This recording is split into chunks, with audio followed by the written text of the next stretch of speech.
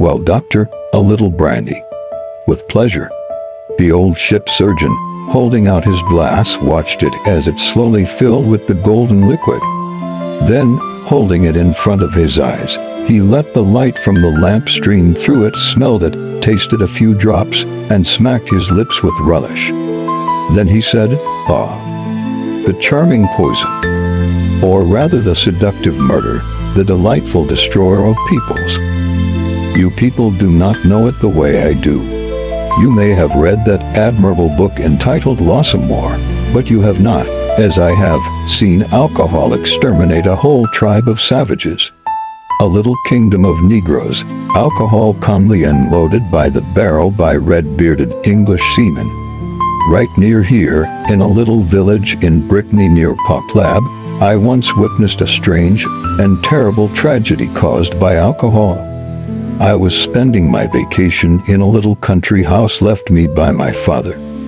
You know this flat coast where the wind whistles day and night, where one sees standing or prone these giant rocks which in the olden times were regarded as guardians and which still retain something majestic and imposing about them.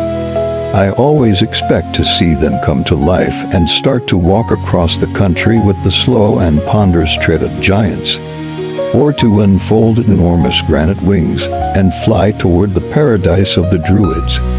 Everywhere is the sea, always ready on the slightest provocation to rise in its anger and shake its foamy mane at those bold enough to brave its wrath.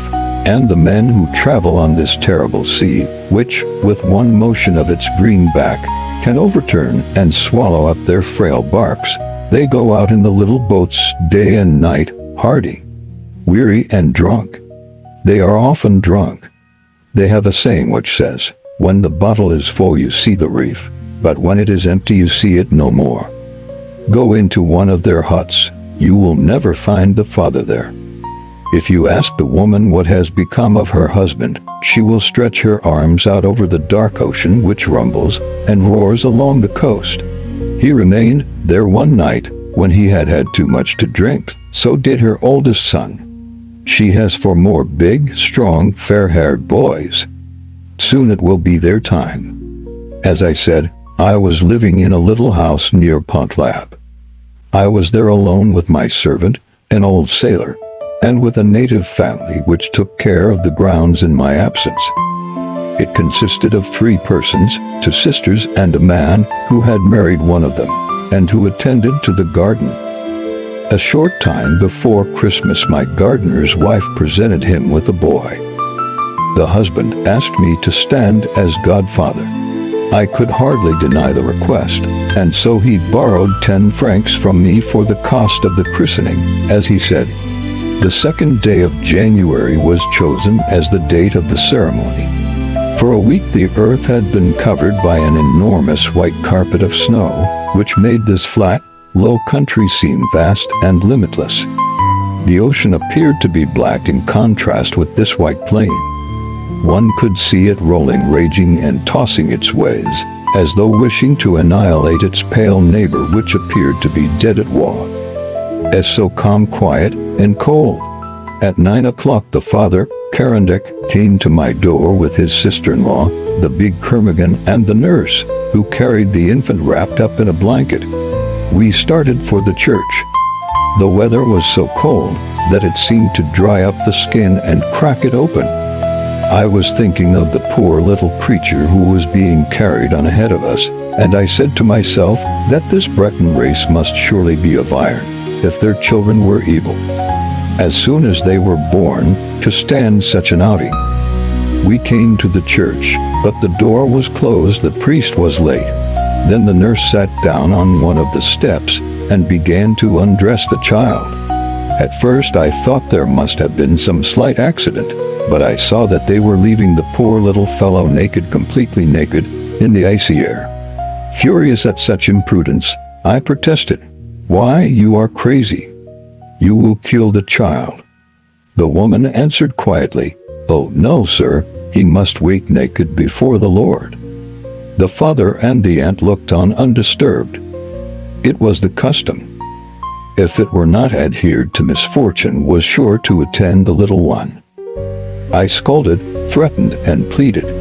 I used force to try to cover the frail creature. All was in vain. The nurse ran away from me through the snow, and the body of the little one turned purple. I was about to leave these brutes when I saw the priest coming across the country, followed by the sexton and a young boy. I ran towards him and gave vent to my indignation. He showed no surprise, nor did he quicken his pace in the least. He answered, "What can you expect, sir? It's the custom. They all do it, and it's of no use trying to stop them. But at least hurry up." I cried. He answered, "But I can't go any faster." He entered the vestry, while we remained outside on the church steps. I was suffering. But what about the poor little creature who was howling from the effects of the biting cold? At last the door opened. He went into the church.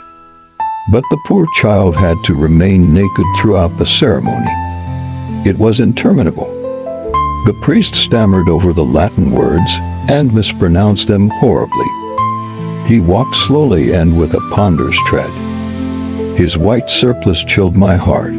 It seemed as though, in the name of a pitiless and barbarous God, he had wrapped himself in another kind of snow in order to torture this little piece of humanity that suffered so from the cold. Finally, the christening was finished according to the rites, and I saw the nurse once more take the frozen, moaning child and wrap it up in the blanket. The priest said to me, "Do you wish to sign the register?" Turning to my gardener, I said, "Hurry up and get home quickly so that you can warm that child." I gave him some advice so as to ward off, if not too late, a bad attack of pneumonia. He promised to follow my instructions and left with his sister-in-law and the nurse. I followed the priest into the vestry, and when I had signed, he demanded 5 francs for expenses. As I had already given the father 10 francs, I refused to pay twice. The priest threatened to destroy the paper and to annul the ceremony. I, in turn, threatened him with the district attorney. The dispute was long, and I finally paid 5 francs. As soon as I reached home, I went down to Christening to find out whether everything was all right. Neither father, nor sister-in-law, nor nurse had yet returned.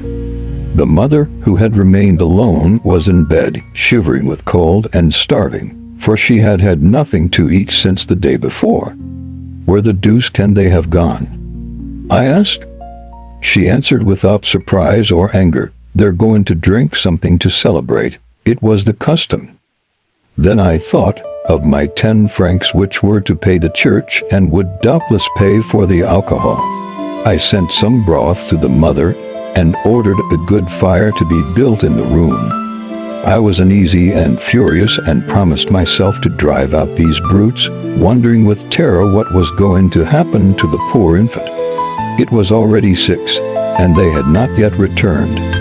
I told my servant to wait for them, and I went to bed. I soon fell asleep and slept like a top. At daybreak I was awakened by my servant, who was bringing me my hot water. As soon as my eyes were open, I asked, "How about Christening?" The man hesitated and then stammered, "Oh." He came back, all right, after midnight, and so drunk that he couldn't walk, and so were Christening and the nurse. I guess they must have slept in a ditch, for the little one died, and they never even noticed it. I jumped up out of bed, crying, "What? The child is dead?" "Yes, sir. They brought it back to Mother Christening. When she saw it, she began to cry, and now they are making her drink to console her." "What's that?" "They are making her drink." "Yes, sir. I only found it out this morning." As Christening had no more brandy or money, he took somewhat alcohol, which Monsieur gave him for the lamp, and all 4 of them are now drinking that. The mother is feeling pretty sick now.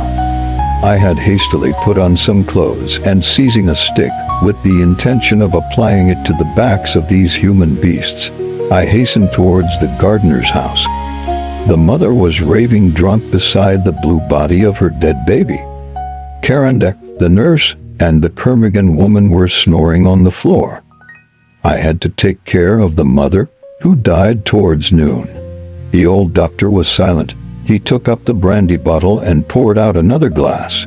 He held it up to the lamp, and the light streaming through it imparted to the liquid the amber color of molten topaz. With one gulp he swallowed the treacherous drink.